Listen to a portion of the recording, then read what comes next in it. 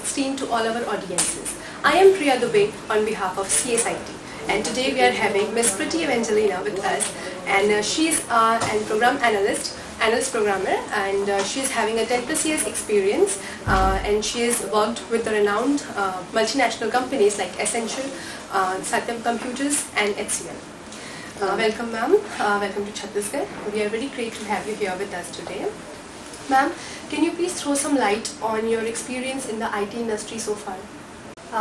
My experience in the IT industry has been both of ups and downs.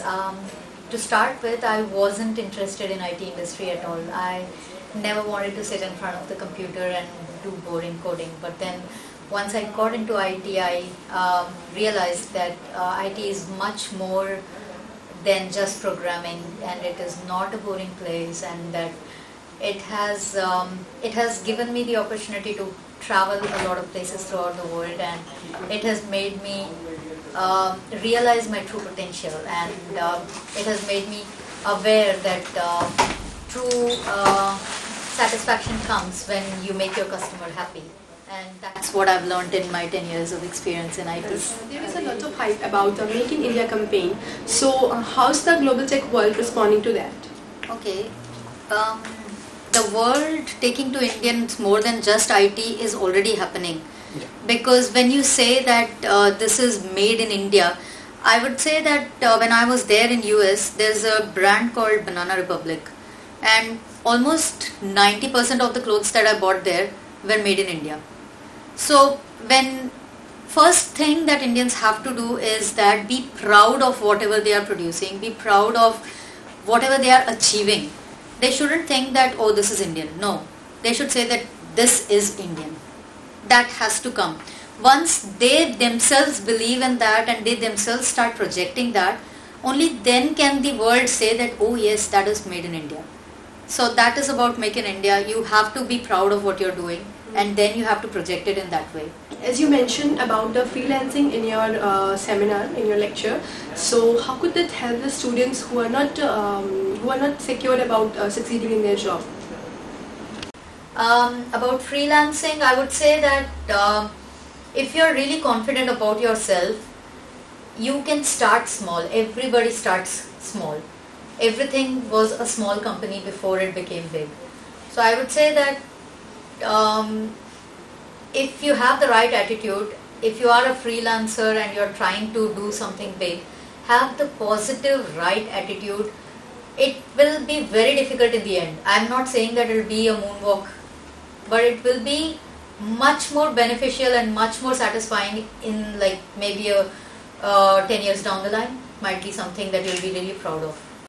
So ma'am, how could you describe your journey from being a Bhilai resident and from being a Bhilai resident to a global techie? It wasn't easy, and it wasn't something that I was very confident of it initially. I was very scared being a person from Bhilai studying in a government school. From a small city. I was very scared, kind of intimidated to face the world. Yeah. Face the world, forget the world, even to face a big city in India like Chennai or Bangalore. Communicating with people, so it's really hard to. Yes, but then I understood within a very less time, I understood that I don't have to be scared of until I have my biggest achievement, which is my academics. I have to portray my achievements in front of the crowd, and they will respect me for what I am, for what I am capable of, or for what my potential is.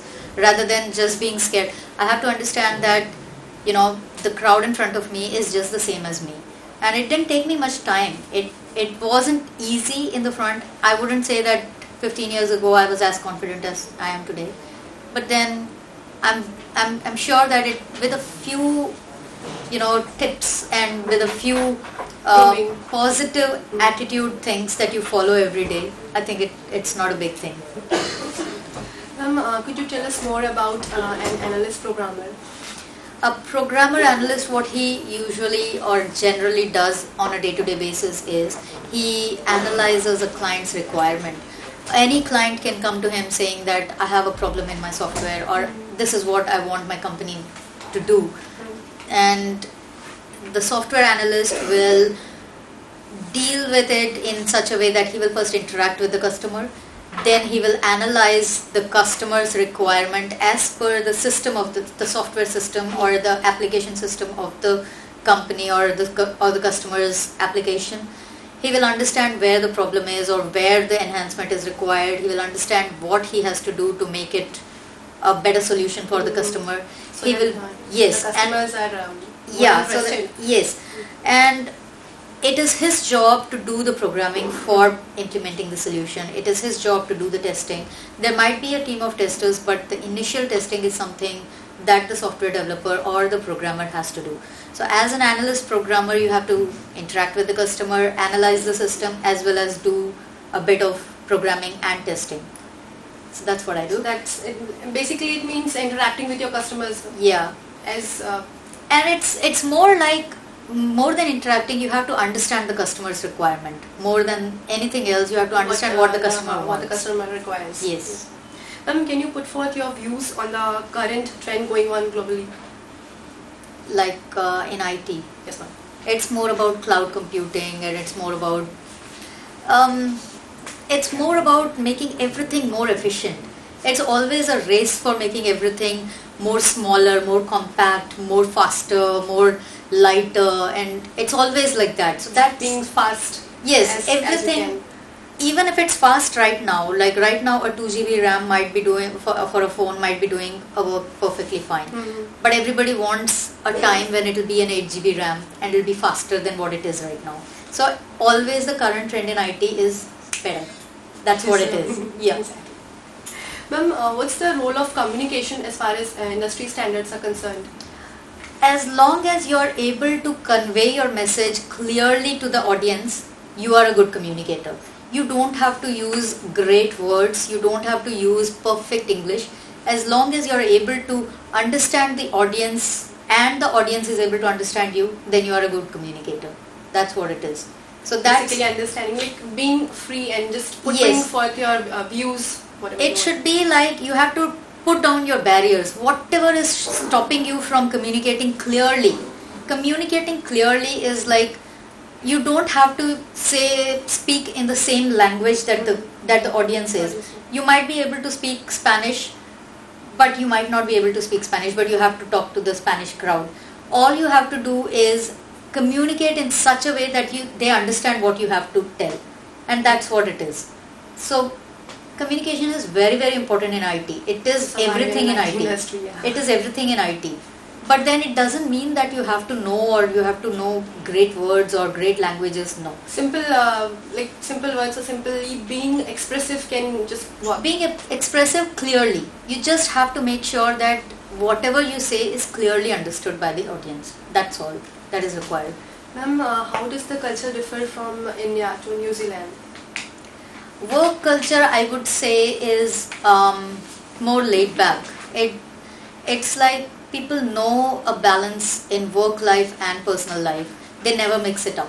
While in India, it's more like if you have a work, it becomes a first priority. Yes, please. Especially in IT, which needs to change a bit, because even though work is important part of your life, but it is not your life. Yes, you have a life aside then. Beside beside your company.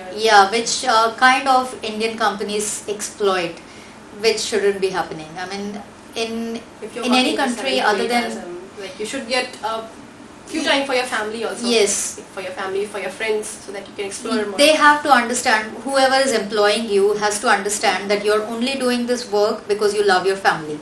You're not doing this job because you love your job more than your family. So you have to understand that you have to have that balance, which is quite lacking in India. But then abroad, I would say work-wise, it's more relaxed, because even though you stay in your office only for your 8 hours, everybody does work in those 8 hours. While in India, when I used to work, I used to see that I was in office for 10 hours. In that 10 hours, I might be on a call for 2 hours, or I might be roaming outside for about an hour or something. I might take a break, which usually people outside of India don't do it. They consider their work, when they are in their workplace, that's their priority. When they are going home, they forget everything about their work their family is their priority, which is the right thing to do, I feel. Because when you're in your work, even if you're there for 4 hours, you should be 100% contributing to that work. Yeah. So that's what I feel is different in US or any other country other than India. Yes, sir. Ma'am, what extra qualifications we should have despite of B or BTech degree to be industry ready? You don't really have to have anything else. I'm just a BE computer science. So I wouldn't say that you have to have something extra. As long as you have the right attitude, the right positive attitude, that you can get into the company. I mean, you just have to have a good ability to learn. You have to project yourself telling the company that this is what I am, this is what I can do for your company, this is what I can offer myself as. I'm ready to learn what your company has to teach me, and I'm ready to align myself according to your company. Then you can get into the company. Whether you have a degree or a PhD doesn't matter. So basically degree doesn't matter, only matters is your confidence. Degree does matter because usually companies look for a basic qualification called a BE. But that doesn't mean that if you're not a PhD, the company is not going to come to you. Or if you're not an IITian or a NITian, the company is not going to get you. If you have the right attitude, if you're able to project it to the company very clearly with the right communication, you will be able to do it. Despite your all the whatever experiences you're having, you might be having some hobbies. Could you tell us more about your hobbies? I love traveling, and I love blogging, and I love doing something creative. Like I do a lot of painting and knitting and crocheting and stuff like that. Yeah, I do a lot of sketching. So first priority is definitely traveling. I love traveling and seeing new places. That's what my hobbies. Ma'am, would you share your experiences? Like, how was the experience with the CSIT students? I feel everybody at CSIT was very good technically. They didn't want any technical knowledge, and I think that's very good in a way, because they only wanted a boost of their confidence, they only wanted a boost of their communication, they only wanted a shedding of their barriers, because they and I'm happy because they were able to express themselves very well, and they were quite technically alert, technically aware of what is happening around them. So I think quite a good crowd. Thank you so much, ma'am. Ma'am, any last advice? Just keep a positive attitude. Always highlight your strengths. If you have weaknesses, don't think that you're the only one. Everybody has weaknesses. Always complement your weakness with a positive attitude, with a positive action plan, and do your best homework before you go for anything. Whether it's an interview, whether it's just a resume preparation, do a homework of what needs to be projected, and then you approach that and you will go places. Thank you so much, ma'am.